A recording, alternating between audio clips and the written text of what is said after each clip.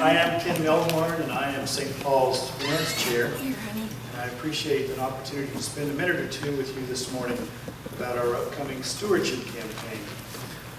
Today is early October the 5th. We're on the cusp of a brand new year, 2015. It might seem a little early, but it's still a new year. It means a brand new budget, new ideas, new activities, and new events, a brand new building, and very exciting new members, new opportunities to do God's work. But here on earth, part of what makes God's work so successful is having enough funds to do that work. And that's what I want to spend a minute or two visiting with you about this morning.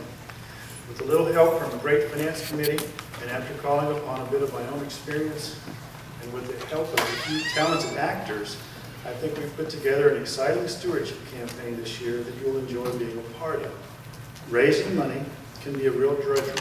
Not many people like to do it. They don't like to ask. Some people also don't like being asked. So what we've tried to do this year is make the stewardship effort just a bit more fun. So this morning I wanted to share a few of our upcoming campaign highlights, a few of our challenges as we approach 2015.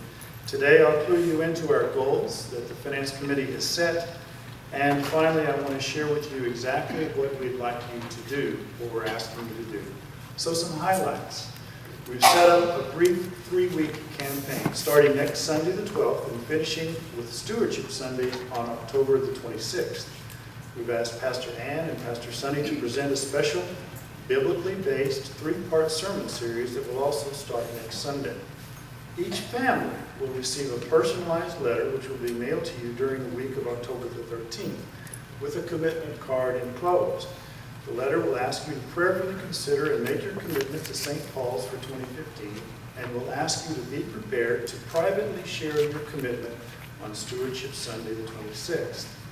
Next Sunday the 12th, I'll again take a minute or two after the sermon to briefly go over the commitment card so that you understand its importance and how to complete it.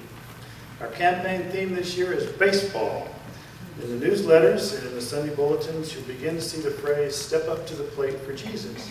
This is by design.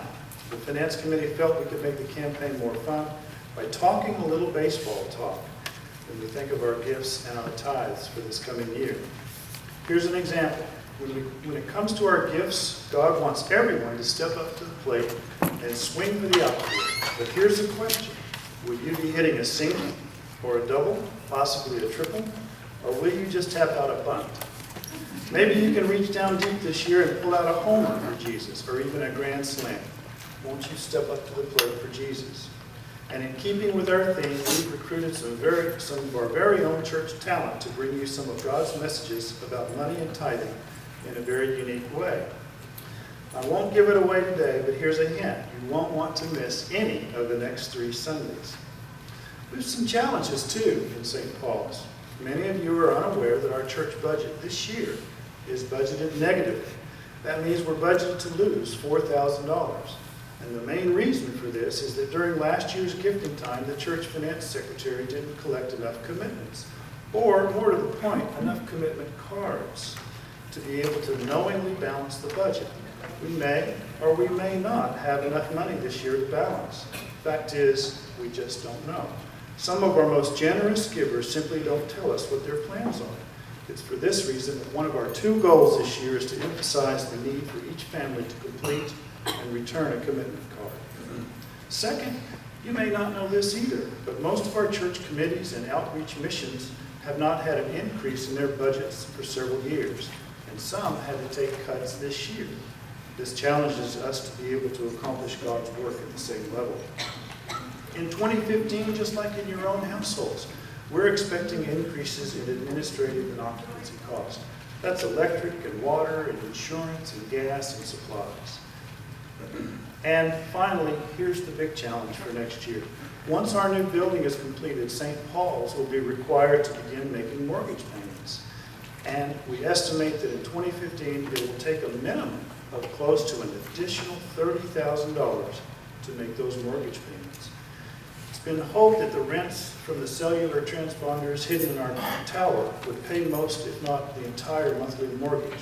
But now, after careful consideration, we realized that that rent will simply not be enough.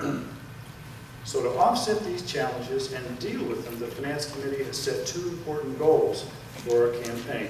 First, we set up an aggressive campaign goal to raise $300,000 in commitments from our congregation in the form of gifts, offerings, and tithes.